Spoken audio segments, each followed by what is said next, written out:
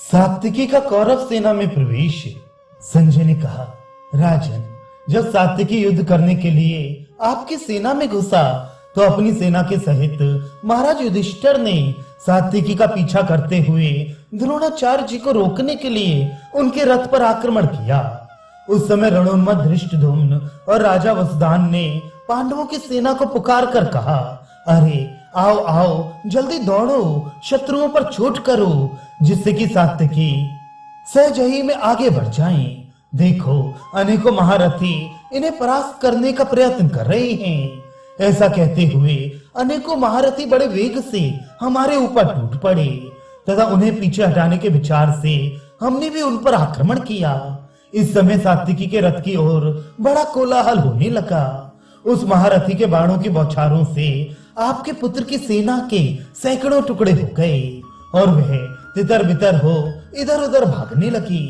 उसके छिन्न भिन्न होते ही सात्विकी ने सेना के मुहाने पर खड़े हुए 7 वीरों को मार डाला। इसके बाद और भी अनेकों राजाओं को अपने अग्नि सदृश बाणों से यमराज के घर भेज दिया। वे एक बाण से सैकड़ों वीरों को और सैकड़ों बाणों से एक एक वीर को बींध देता था।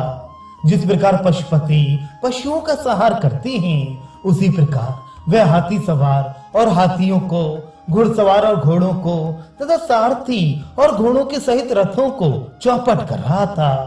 इस प्रकार फुर्तीले सात्विकी ने बाणों की झड़ी लगा दी थी। उस समय आपके सैनिकों में से किसी को भी उसके सामने जाने का साहस नहीं होता था। उसकी बाण वर्षा से घायल होकर वे ऐसे डर गए कि उसे देखते ही मैदान छोड़कर भागने लगे। सात्विकी के तेज से वे ऐसे चक्कर में पड़ गए कि उस अकेले को ही अनेकों रूपों में देखने लगे।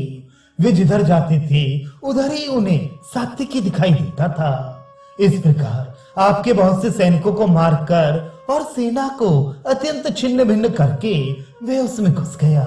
फिर जिस मार्ग से अर्जुन गए थे उसी से उसने भी जाने का विचार किया, किंतु इतने में ही द्रोण ने उसे आगे बढ़ने से रोका और 5 मर्मभेदी बाणों से घायल कर दिया। इस पर सात्विकी ने भी आचार्य पर 7 तीखे बाणों से चोट की।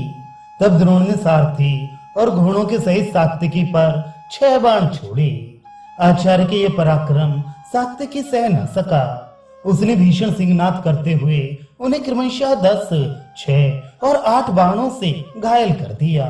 इसके बाद 10 बाण और छोड़े तथा 1 से उनके सारथी को, 4 से चारों घोड़ों को और 1 से उनकी ध्वजा को बींध दिया। इस पर द्रोण ने बड़ी फुर्ती से टिड्डी दल के समान बाणों की वर्षा करके उसे सारथी, रथ, ध्वजा और घोड़ों के सहित एकदम ढक दिया। तब आचार्य ने कहा, अरे तेरा गुरु तो कायरों की तरह मेरे सामने से युद्ध करना छोड़कर भाग गया था। मैं तो युद्ध में लगा हुआ था। इतने ही में मैं मेरी प्रतीक्षणा करने लगा। अब तू यदि मेरे साथ युद्ध करता रहा तो जीता बचकर नहीं जा सकेगा। सात्विकी ने कहा, ब्राह्मण, आपका कल्याण हो। मैं तो धर्मराज की आज्ञा से अर्जुन के पास ही जा रहा हूँ, इसलिए यहाँ मेरा समय नष्ट नहीं होना चाहिए। शिष्य लोग तो सर्वदा अपने गुरुओं के मार्ग का ही अनुसरण करते आए हैं। अतः जिस प्रकार मेरे गुरुजी गए हैं उसी प्रकार मैं भी अभी जाता हूँ। राजन, ऐसा कहकर सात्विकी द्रोणाचार्य जी को छोड़कर तुरंत ही वहां से चल दिया। उसे बढ़ते देख आचार्य को बड़ा क्रोध हुआ और वे अनेकों बाण छोड़ते हुए उसके पीछे दौड़े, किंतु सात्विकी पीछे न लौटा। वे अपने पहने बाणों से कर्ण की विशाल वाहिनी को बींधकर कौरवों की अपार सेना में घुस गया। जब सेना इधर उधर भागने लगी और सात्विकी उसके भीतर घुस गया तो कृतवर्मा ने उसे घेरा। उसे सामने आया देख सात्विकी ने 4 बाणों से उसके चारों घोड़ों को घायल कर दिया और फिर 16 बाणों से उसकी छाती पर वार किया। इस पर कृतवर्मा ने कुपित होकर सात्विकी की छाती में वत्सदंत नाम का एक बाण मारा। वे उसके कवच और शरीर को छेद कर खून से लथपथ हो पृथ्वी में घुस गया। फिर उसने अनेकों बाणों से सात्विकी के धनुष और बाण भी काट डाले। सात्विकी ने तुरंत ही दूसरा धनुष चढ़ाया और उसे सहस्त्रों बाण छोड़कर कृतवर्मा और उसके रथ को बिल्कुल ढक दिया। फिर एक भल्ल से उसके सारथी का सिर भी उड़ा दिया। सारथी ना रहने से घोड़े भाग उठे। इससे कृतवर्मा भी घबराहट में पड़ गया, किंतु थोड़ी ही देर में सावधान होकर उसने स्वयं ही घोड़ों की बागडोर संभाल ली और निर्भयता पूर्वक शत्रुओं को संतप्त करने लगा।